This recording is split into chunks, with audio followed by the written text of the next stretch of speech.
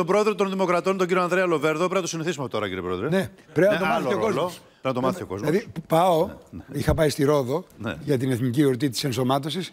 Μου είχε πάει 5-6 άτομα. Γεια σου, ρε Πασοκάρα. Ναι, όχι πια. Δεν του είπατε όχι πια.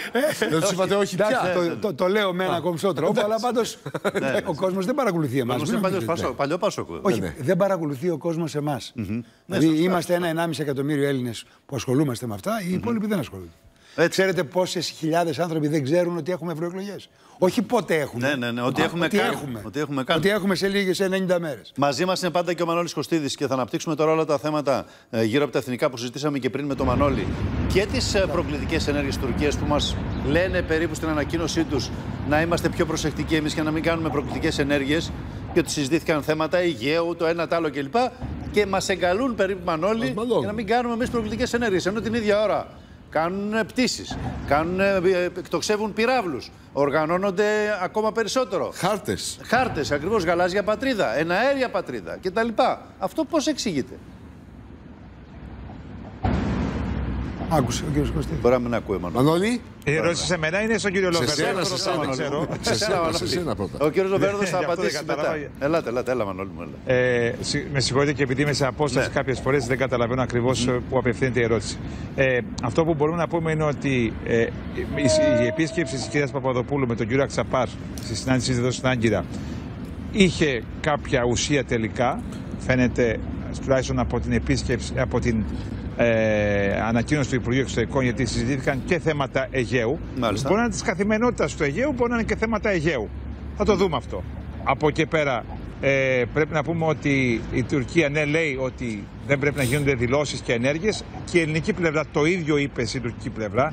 Αυτό το γνωρίζουμε πολύ καλά, ότι υπόθηκε και από την ελληνική πλευρά ότι οι ναύτεξ που έχουν εκδοθεί, οι δηλώσεις που γίνονται δεν βοηθούν στο πνεύμα της διακήρυξης των Αθηνών.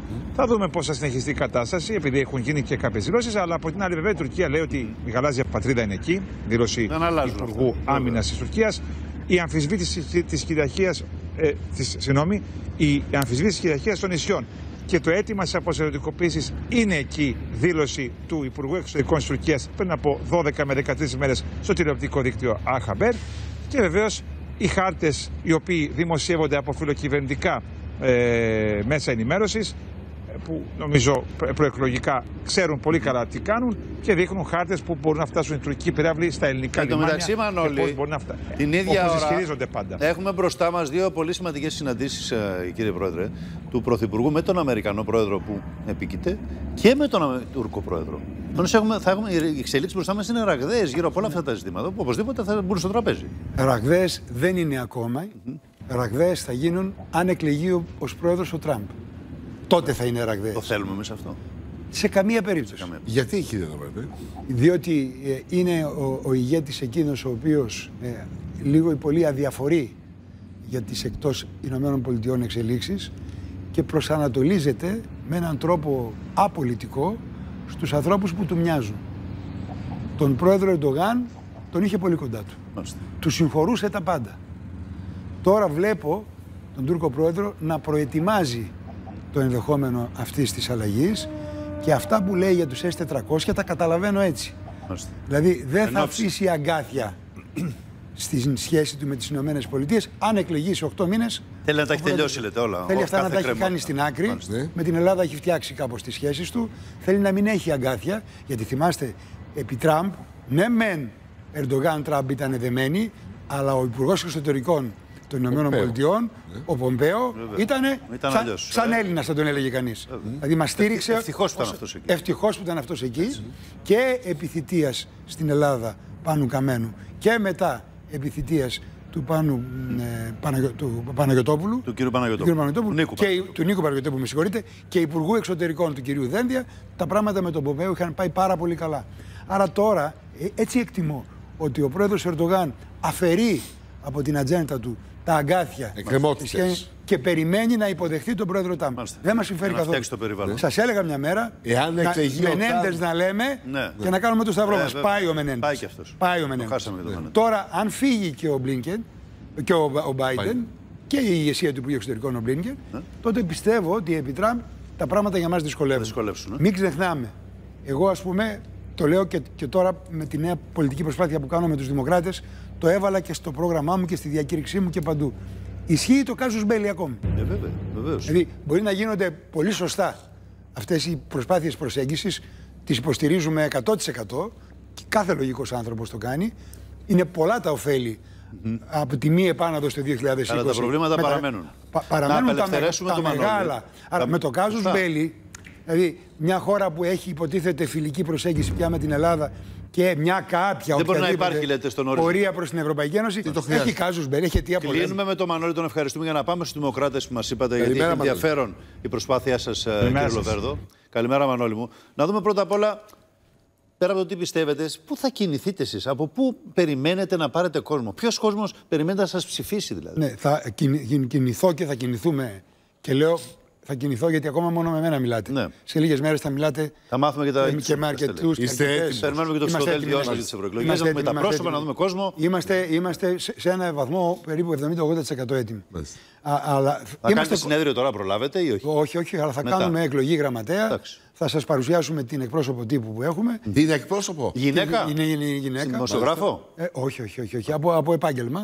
Δηλαδή δεν είναι από την πολιτική, αλλά είναι πολιτικοποιημένη. Και στη συνέχεια τα στελέχη, οι δύο συνάδελφοί μας που θα πάνε στις Βρυξέλλες για το συνέδριο του Ρινιού, δηλαδή της κοινοβουλευτικής ομάδας εκεί που θα ενταχθούμε. Πρόεδρος Μακρόν δηλαδή. Κέντρο. Μάλιστα. Αποκλειστικά κέντρο, κύριε Παπαδόπουλο, κύριε Οικονόμου. Άρα εισπράττετε από. Ούτε κέντρο αριστερά, ούτε κέντρο δεξιά. Λοιπόν, είναι αποκλειστικά κέντρο. Εισπράττουμε από τους ανθρώπους που από απογοήτευση δεν θα πάνε να ψηφίσουν. Ένα. Εισπράττουμε από απογοητευμένους από τη Νέα Δημοκρατία. Εισπράττουμε από απογοητευμένους από τη στροφή που έχει κάνει και από άλλα θέματα που έχει του Πασόκ. Το Πασόκ έχει δύο θέματα. Πρώτα απ' όλα έχει κάνει στροφή στην αριστερά. Έχει κάνει στροφή εκεί που συνοστίζονται άλλα 5 κόμματα. Δηλαδή ΣΥΡΙΖΑ, Νέα Ελλάδα, Κωνσταντοπούλου. Νέα Αριστερά, Κωνσταντοπούλου, Κουκουέ, Βαρουφάκης. Και από την άλλη πλευρά αφήνει το κέντρο. Το Πασόκ προς τον κύριο Βαρουφάκη, προς το τόσο αριστερά. Προς τα αριστερά, λέω, που συνοστίζονται. Ναι, αλλά μέχρι τόσο αριστερά. Εκεί που συνοστίζονται άλλοι 5. Αλλά μέχρι τόσο αριστερά. Τα ίδια πράγματα λένε. Σε ό,τι αφορά μεγάλα θέματα, ό,τι είχε επικαιρότητα τον τελευταίο καιρό λένε τα ίδια. Λένε απολύτως τα ίδια. Και να πω τα κρατικά πανεπιστήμια. Άρα υπάρχει χώρος εκεί, λέτε. Να πω τα μη κρατικά πανεπιστήμια, να πω την επιστολική ψήφο. Ακόμα και την προσέγγιση που έχουν στα απογευματινά ιατρία. Έτσι, εγώ την καταλαβαίνω αριστερή με μια, με μια προσέγγιση ιδεολογικής, πώς να σας πω, προκατάληψης. Το πράσινο ΣΥΡΙΖΑ δηλαδή είχε βάση που είπε. Δεν θα το χαρακτηρίσω απαξιωτικά, δεν θέλω. Αυτή είναι πολιτική. Έτσι όμως ο χώρος του κέντρου είναι ένα ανοχήρωτο κάστρο που το καταλαμβάνει ο κ. Μητσοτάκης. Ως ανοχήρωτο το καταλαμβάνει. Άρα δεν υπάρχει αντίσταση εκεί. Σε αυτόν τον κόσμο εκεί, υπάρχει χώρος. Απολύτως εκεί. Έχετε δει καμιά δημοσκόπηση, πώς πάνε τα πράγματα? Θα σας πω αμέσως. Εσείς θα είστε και υποψήφιος για τις ευρωβουλίες? Θα είμαι υποψήφιος και ο ίδιος. Και εσείς ο ίδιος, ακριβώς. Λοιπόν, θα είμαι υποψήφιος και θα θέλω σταυρό. Ναι. Κοιτάξτε, από το καλοκαίρι ήθελα όμως να πω κάτι για τα απογευματινά ιατρία. Μπορώ μια φράση? Μια κουβέντα, γιατί μετά έχουμε τον Υπουργό Υγείας. Ναι, είναι πάρα πολύ σωστή επιλογή, νομοθετημένη από τον Αλέκο Παπαδόπουλο. Μόλις άκουσα τον κύριο Γεωργιάδη να το λέει, αμέσως τηλεφώνησα στον κύριο Παπαδόπουλο. Ναι. Γιατί εγώ δεν μπορούσα να το κάνω στα χρόνια μου. Του λέω, Αλέκο, για θύμισέ μου τι έλεγες. Μου έλεγε είναι ένα πολύ σωστό μέτρο, αρκεί να μπορείς να το κάνεις. Πρέπει να χτίσεις πράγματα πριν το ξεκινήσεις. Για να γίνει. Σε υποδομή και σε προσωπικό, νοσηλευτικό και ιατρικό. Ή έχεις και το κάνεις, ή δεν έχεις και προετοιμάζεσαι για να το κάνεις. Αυτή είναι μια προσέγγιση σοβαρή. Το να λες όχι. Ο κύριος Γεωργιάδης αυτό ιδιωτικοποιεί την υγεία είναι λάθος. Για να πάρουμε πάσα για αμέσως μετά. Ναι. Ο κύριος Γεωργιάδης έχει αυτή την υποδομή? Θεωρώ ότι έχει προβλήματα. Έχει προβλήματα. Χρειάζεται κόσμο, χρειάζεται προσωπικό. Χρειάζεται προσωπικό. Εγώ μάλιστα τότε είχα κάνει και μια ρύθμιση, η οποία ισχύει ακόμα, δεν ξέρω αν την εφαρμόζουν.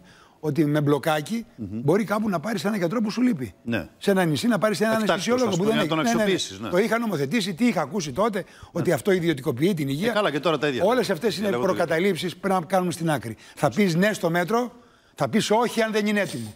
Θα πιέσεις να προετοιμαστεί. Αυτή είναι η αντιπολίτευση της κοινής λογικής. Μεταγραφές θα πάρετε από πουθενά?